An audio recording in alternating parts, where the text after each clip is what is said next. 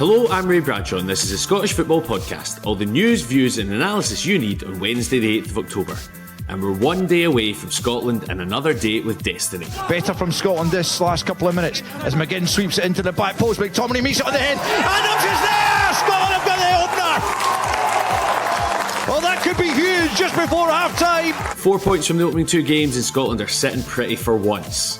But we're up against some familiar foes at Hampden. And it's finished by Solis. What a start to the second half. Less than 20 seconds on the clock. And Greece have got a third goal. Can Scotland improve in that mauling in March? It's all to play for tomorrow night at Hampden. First camp, we've done a lot of good work. This camp, we need to continue that to make sure we're in that position going into November, that we're really confident it's in our hands and we believe we can do it. We've got everything you need to know right here. The Scottish Football Podcast from BBC Sports Scotland. Yes, welcome in this Wednesday, the Scotland game. We've got a double header coming up. It's exciting. We got two brilliant guests today. First of all, we got Robbie Neilson, the former Hearts and Dundee United manager, who's still over in Belgium. Robbie, how are you? I'm great, Ray. Good to be on, mate. How's the Lommel season going? I've not been keeping up with results. You doing good? We're sitting fourth in the league at the moment, yeah, which is great compared to last season. And two go direct up, and then the next four go in the playoffs. So we're sitting pretty at the moment. How's your Belgian coming on? You picked up any Flemish, any French? What are you speaking? Such a hard language to pick up, to be honest. And the one thing is that everyone speaks English here, so it's very lazy. British people as usual. What about when you were over in America? Did you pick up any slang over there? Have you got a good American accent? Aye. Everything's just awesome, man. Awesome. That's a nice wee clip. We're also joined by Stephen Kountourou, the Greek football expert from the Hellas Football Podcast. Stephen, how are you? I'm well, thank you, Ray. How are you? Yeah, I'm all right. And if we're talking Greek football expert, what's your team? What's your background? How did you get into all this? So my team, as maybe not very surprising, is Olympiakos, because they are the most successful team in Greece. Consistent serial winners when it comes to the league, Greek Cup as well. And we recently won the Conference League, which was an amazing achievement for the club. The way I got into this was just because my background is Greek with Greek Cypriots, from both sides of my family. And so I think I really got into football after watching Greece play in Euro 2012 when Yorgos Karagounis scored the winner against Russia. That was kind of the turning point for me. And ever since, I just really loved Greek football and the Greek national team. And so I picked a club side. Of course, maybe a bit of a glory hunter, especially at the time when I first picked Olympiakos. But then I started writing over lockdown, and I started writing for Hellas Football. We started a podcast that we do every week, and it's kind of, but that's been me ever since. Being able to get these kind of opportunities to speak to people about Greek football, and our podcast is actually up for an award as well. We've been nominated in the Football Content Awards for Best International Podcast. So if anyone wants to vote for us in that category, you're more than welcome to. Yeah, nice. Well done on that. Also, I'm glad you called yourself a glory hunter, because I was 100% going to call you a glory hunter. And I think pronunciation levels of Greek stuff there is culture this podcast has never seen. So I'm looking forward to that. Between your pronunciation and Robbie's American accent, I think we are going to be nominated for an award very soon. Let's kick off with Scotland. 4 points in the first two games. That 0-0 against Denmark, and then a beautiful, dodgy 2-0 win against Belarus. Robbie, Scotland are sitting kind of pretty just now. We're in a better situation than maybe we thought we could be by this point. Yeah, I think that obviously the Belarus game, we probably expected to win that one, but the Denmark game, getting the point was huge for us. So I think it gave us a bit of confidence back that in this kind of 4-team group, if you can pick up points again away from home like that, then you've got a great opportunity. I think this game on tomorrow night will be massive for the group, because it's only 4. I think if we can pick up a result of 3 points in that, it'll be huge. But it'll be a super tough game, I think. What do you make? See, from a managerial point of view, the 4-team group, is it easier to prepare for 3 teams, or is it just that kind of relentlessness? Would you rather be in a 5-team group, is what I'm asking? Depends how you start the campaign, really, doesn't it? But I think It's difficult. It depends who's in your group as well, but I probably prefer a 5-team one. You'll still have a bit more chance of potentially going through. I think the 4-team group makes every game super important, like really, really important, and especially when you go away from home, just picking up a point potentially and then trying to win your home game. So, Scotland have managed to do that already, and I think the game against Greece, we really, in my opinion, we have to win it.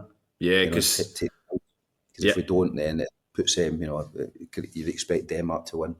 I was game I was at Hampden yesterday chatting to some Scotland players and the thing is, the big message is home games. Like home games. That's what they're talking about. Stephen, on the other side, Greece opening 2 games, went over Belarus. I think everyone's meant to get that, it seems. But I was certainly surprised about the Denmark game. I remember the scores coming up in the corner when we were playing Belarus. What was your reaction to that? Because I didn't see that essentially hammering coming.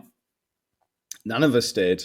We were really, really surprised. And in some ways, maybe we shouldn't have been surprised because this Denmark team have such consistent experience of qualifying for major tournaments recently that while, yes, we've got a very talented generation of Greek players coming through and we have an excellent manager in Ivan Jovanovic, I just think I've coined the phrase all week, talking about what happened at in Yorgos Karaiskakis Stadium against Denmark.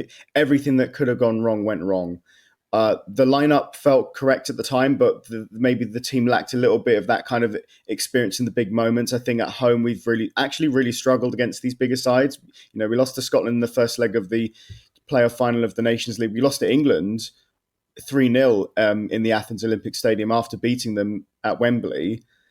And then this happened as well. And we don't know if it was necessarily the pressure of the fan support that was the issue, or I mean, the big point we can take from that is that they just read us completely nullified our best attackers and took their chances when they got them and stopped us creating anything. And so the result, while we obviously assumed it would be difficult, didn't expect a 3-0 drubbing, and it was completely deserved on Denmark's part. And it's a bit of a setback because we hope to compete with Scotland and Denmark for top spot. And now we're thinking, well, it's going to be very difficult to get top. We're hoping for at least second now, at least from the people I've spoken to online. We need to get at least 4 points, I'd say, from our next 2 games to have any hope of finishing second. 6 points as an absolute minimum to even consider top spot as a realistic option now. Yeah, it's like Robbie was saying, the 4-team group just means one loss can have such a big effect. We'll come on to Greece in a minute because, Stephen, I've got some questions about them. Robbie, if we were looking at Scotland, how do you think Steve Clarke's going to approach this one? We played 2 up top in the first game against Denmark. We'd just Che Adams up top. How would you set up in this one, Robbie? What do you think Steve Clarke will do? I think the first port of call for Steve is probably the goalkeeper situation. Who do we put in goals? Obviously Craig Gordon's coming back into the squad with massive experience but hasn't played much. You get Angus Gunn, who moved to Nottingham Forest but has yet to play. I think Kelly's maybe played once this season. So team selection is going to be probably the biggest issue. Obviously scoring goals. So we have the issue at one end, keeping the ball out. At the other end, it's scoring the goals as well. So we've got Lon Shankland, who's the top goal scorer in the league, didn't make the squad. So we're now looking at probably Hurst and Che Adams potentially up there at Lyndon Dykes. So, Steve, I think it will be a 3/5, and his decision then is, does he go 3-4-3 or is it a 5-4-1? So is it one striker or 2 striker? Basically, that's the question.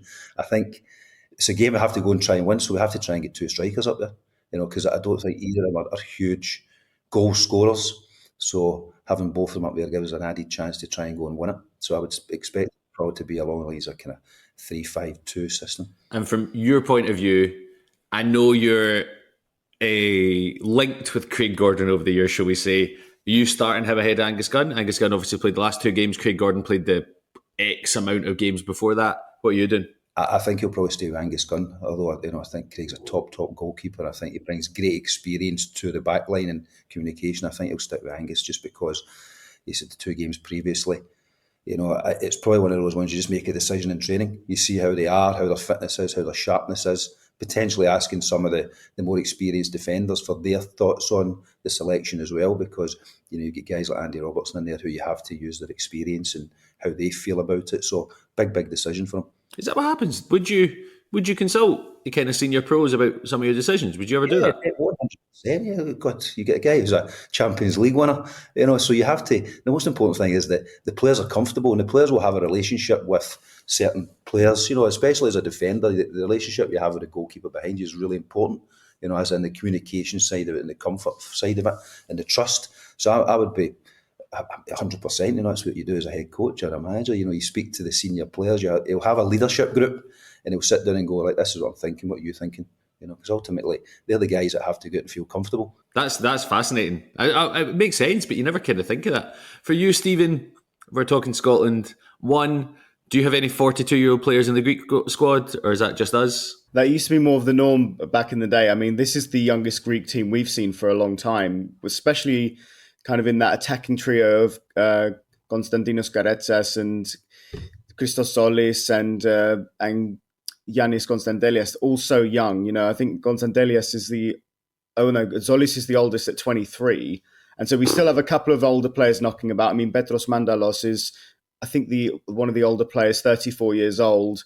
He's been part of the national team fold since 2014. I think he might be the last player to have been part of a Greece squad that reached a major tournament, and at a push he might have been, and probably wouldn't have been one of the main men back then as well. So, and Stephen, from a Scotland point of view, we'll come on to Greece in a sec. I want to go through this because when you mentioned, I forgot about Solis. He's playing at such a high level. But is there a Scotland player that gives you the most fear? Who do you think is the most dangerous Scotland player for you? I don't think my answer's really changed from when we last played, and people asked me this question. I still think it's Scott McTominay. The way he's played for Napoli, I never expected the kind of renaissance that McTominay's had in Italy, and so that makes him even more dangerous. And I guess the name that's come up more recently that people are really, really excited for in Scotland's camp is Ben Doak. People have really, really kind of bigged up Ben Doak as a player, and I've seen him briefly play for Bournemouth when I've had the opportunity to, and he does look like a real talent. And so people have almost, because of the international break of playing Greece, they've compared him to Karetsas in the sense of young player with a lot of potential coming through, could really make a difference, maybe a generational talent. That's the level of potential people are kind of putting on him. And so I'm really intrigued to see how he can impact the game and how much he'll feature. Yeah, Ben Doak is, as someone who has seen him at Hampden a few times, he is so exciting when he gets the ball. And it's a player that we've not kind of had that style since maybe James McFadden, a young, exciting player coming through. And our tactic, I think, will be, it's interesting whether we play Tierney and Robertson in the back. Probably, if not, if we do, we're going to a back five. Tierney was on the bench recently. And then it'll be 4 centre midfielders and Ben Doak in the Steve Clark way.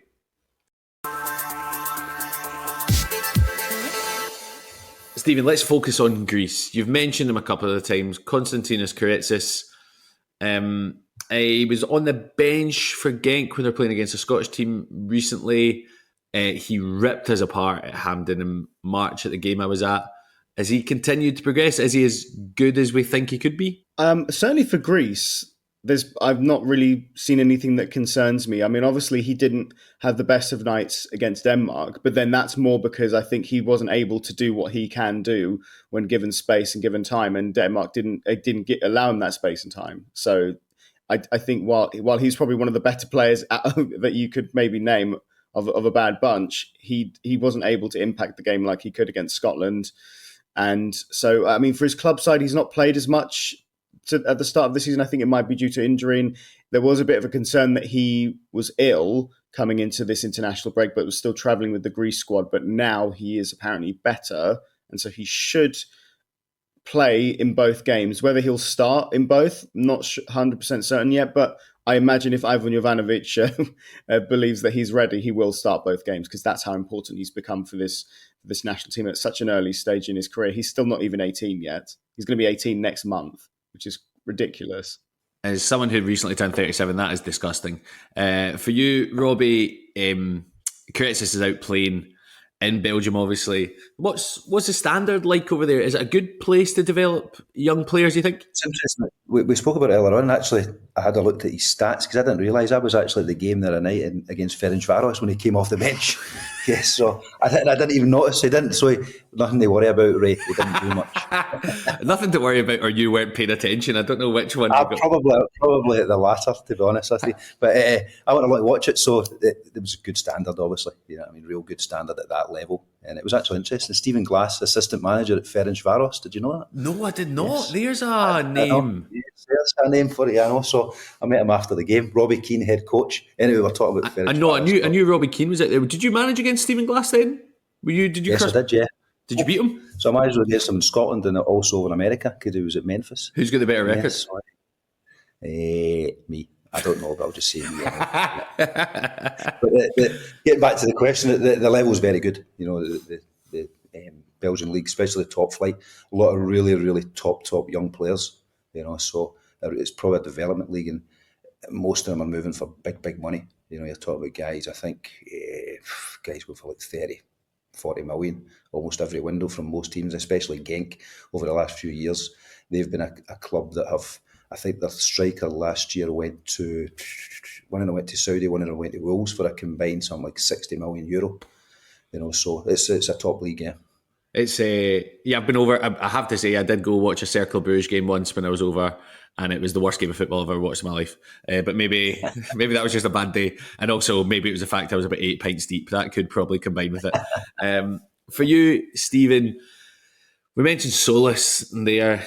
Greece have scored 13 goals in their last 3 games. Give us some hope. Where can Scotland get at Greece? Because obviously the attacking line is pretty decent. Where's the weak spots? Well, I mean, talking about 13 goals in 3 games, I mean, we've scored so many goals over the last kind of 12 months, which again is normally unheard of for Greece. I remember the Fernando Santos days when we were still qualifying for major tournaments. We would go to like Lithuania. I don't know why this game always sticks out to me. We went away to Lithuania and we scored in the second half.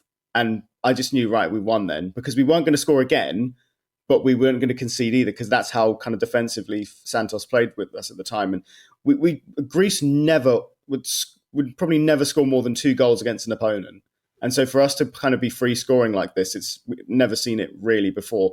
In terms of the weaknesses, I think the biggest weakness for these players is still like I said, what happened against Denmark, which was, I think in the big moments, these players still lack the real experience of, in the big moments, finding that consistency to reach major tournaments. And that's not necessarily these younger players' fault, because they've only just come through, but this is a generational problem whereby we've got very close, like the 2018 World Cup playoffs against Croatia, who eventually were runners-up of the tournament, got absolutely hammered by them in the playoffs. And then more recently in the 2024 European Championship playoffs against Georgia, terrible night away in Georgia when we lost on penalties, and that was a big moment for us. And while the players can't be solely blamed for those kind of near misses, I think that kind of pressure has built over time, especially because it's been over 10 years since we've qualified for a major tournament. So the playoff final against Scotland was a big kind of turning point in that regard, because I know it's not as big to kind of get to Nations League as it would be to actually reaching a major tournament, but that was still good for us to see that they can definitely do it on the night. And so now they need to start doing that on a consistent basis. In terms of the players on paper, I think it's still our midfield. I think we have the opposite problem of Scotland, whereby we do have some really great midfielders coming through, like Christos Afires and Christos Bouzakidis, who have the midfield duo against Scotland at Hampden Park. But beyond that, there's no one in the middle of the park that's at the peak of their powers right now, because we've either got those two who are really young, or we have Manolis Siopis, we have Dimitris Kourbelis and Petros Mandalos, and even the captain Bakasetas, who are all 30 plus. And so there's no one in the middle that's at their absolute peak. And so we obviously need to give the younger players time. But so I think that there's still a bit of a lack of depth in that midfield area, which the Greek FA are trying to address. We have kind of gone to some Greek kind of diaspora players and maybe said to them, look, would you like to come and play for Greece instead? We'll give you the opportunity. And while they haven't come through yet, there are a couple of players waiting in the wings who might address that. Depends on the level of those kind of players, though, and if they can take their starting spot in the national team. Okay, finally. And I think we might get two very different answers here. How do you both see tomorrow night going? Robbie, give us a prediction. I think it'll be a tough game, but I think we'll win it 2-1. 2-1. Do you want to tip a goal scorer, Robbie? Chuck one in? I see every time at Scotland play, I think Ben Doak coming off the bench to score the winner. That's what I want to see. I genuinely thought you were going to put your hearts on and still go for Shankland. I thought that could have been a choice there. Call it. Stephen, we've got 2-1 from Robbie. Is that heart beating head? What's your prediction for tomorrow? I think in terms of what I think we need to do, we have to win. It's as simple as that. We have to win one of our next two games. I've said to minimum 4 points to get to try and compete for second place. Scotland especially, it'd be good to get the win because we are competing with Scotland for second overall. I'm going to be very cautious and say I think it's definitely going to be way closer than last time we played at Hampden. It's not going to be a 3-0 smashing from either team. I don't think it will. I'm going to maybe play it safe and say it's 1-1. I think both teams will cancel each other out. It's going to be a close game. Okay, that's all we got time for. Many thanks to Robbie Neilson and Stephen Kountourou, and thank you for listening. Remember, we're here with new episodes of the Scottish Football Podcast bright and early every day, so to make sure you don't miss out, subscribe on BBC Sounds and have push notifications turned on in your phone. Depending on when you're listening to this, it's 24 or 36 hours to go to the game tomorrow. It's a huge game. We thank Stephen for joining us today, but I think we can all agree we hope his team get absolutely battered tomorrow night. Thanks for listening. Goodbye. It's petty, it's ill-informed. Are President Trump's cuts having an adverse effect on research? It's pandemonium. What number's that in the periodic table? PD, number 47. I don't know. I've done the shooting clays before. The longer you do it, the sorer obviously it gets. When Craig said there he'd been shooting the clays, I imagined him out a back line. Somebody's washing, you know. William Shatner, his secretary, contacted me to say, when Bill has a question now and again, can he contact you? And then one time he called me up and he wanted to know, David, what is a photon? I'm thinking, this is incredible. Captain Kirk wants to know what a photon is, you know? I once met a guy who referred to a globe as a ball map. A ball map. A ball map. Look at the ball map. What we normally do is spin the ball map and we see where we go on holiday. The Off the Ball podcast, available every Monday on BBC Sounds.